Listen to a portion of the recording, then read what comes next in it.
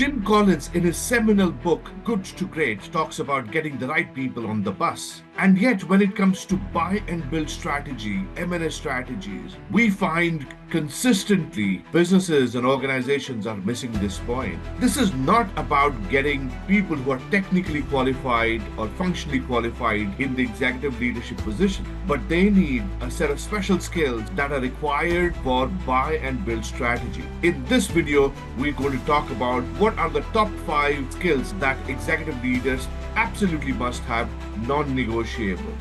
For those of you who are watching this series for the first time, my name is Anirvan Sen.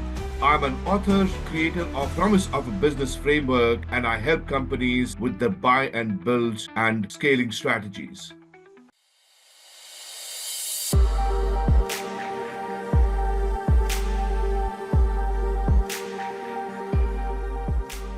So welcome back. In today's video, we're going to talk about what are the top 5 skills that are required by executive leaders. Now, these skills have to be on top of the functional and technical capabilities.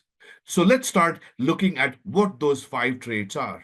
So the first one is they must be absolutely familiar with integration, how integration works, what are the different aspects of integration, whether it's workstream management, whether it's stakeholder alignment, whether it's technological change, whether it's harmonization of culture, whether it's consolidating sales and marketing, etc. This is a non-negotiable. They must have integration expertise or experience. Now, I can imagine that there could be a situation where some of your executive leaders have never had an exposure to an integration. In that case, they must look for external resources that they can bring in order to complement their requirements. The number 2 trait that these executive leaders must have is agility in decision making. In other words, they must have a certain sense of urgency.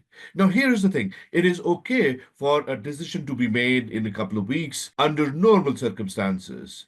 But when you are running an integration, especially when it comes to buy and build, where there are rapid succession of integrations coming your way, you must have a certain agility and a certain speed in decision making. Sometimes decision needs to be made in a couple of hours.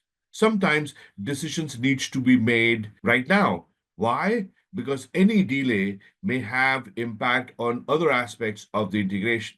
Number 3 trait that executive leaders must have is systems thinking, and in case of buy and build, that roughly translates into an operating model thinking.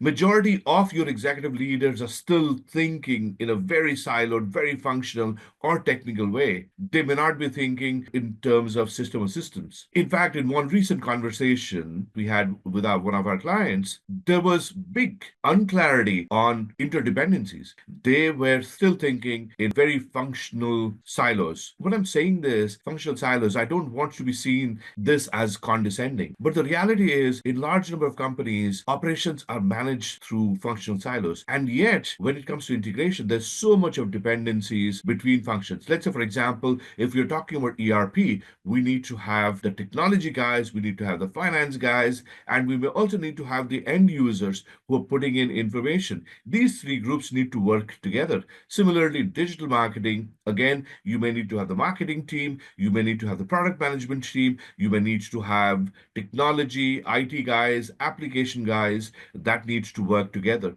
Now, these are the pieces that needs to hinge together, and that is why it is important for the executive leaders that they have an overarching understanding of how their operations are run as a system of systems. And that's the 3rd trait. The 4th trait is relentless focus on generating synergies and generating values. One of the reasons why most of the integrations are conducted is to generate synergies. On top of that, you can further generate value through innovation, through collaboration, because integrations, because mergers and acquisitions are based largely on getting synergies. That is why it is important for the executive leaders to live and breathe synergies. This is the 4th trait that executive leaders must have. Absolutely relentless focus, right at the top of their goals and objectives, must be the synergies realization.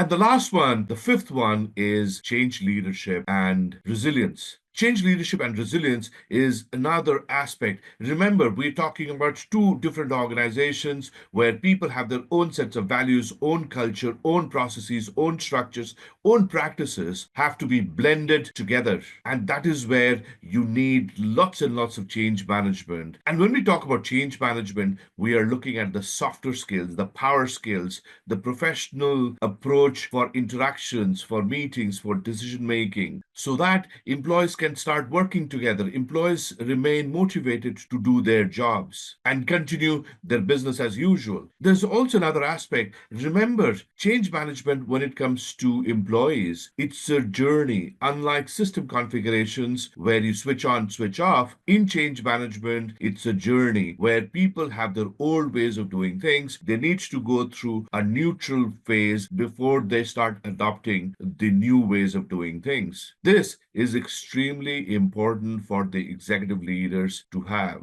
Now, here's the thing. If you are pursuing a buy and build strategy, you have to be absolutely certain that you've got the right people on the bus with these five traits. And if they fall short, then try and augment those shortage of skills or capacity or capabilities as quickly as possible from either internal resources or external resources. Now, I must also mark a word of caution here. Sometimes some of your executive leaders will never make the cut. And it is for the benefit of buy and build strategy. You need to figure out a way to replace them as quickly as possible. Now, it may sound somber, but the reality is, I believe your success of buy and build strategy is much bigger in its impact than sometimes individual shortcomings of executive leaders. So that's it for today's video. Hope you liked it and got some value out of it. If you did, then please do not forget to share with your friends and colleagues. And with that, I'm bringing an end to the session. Here is to the promise of a business. Till next time, bye bye.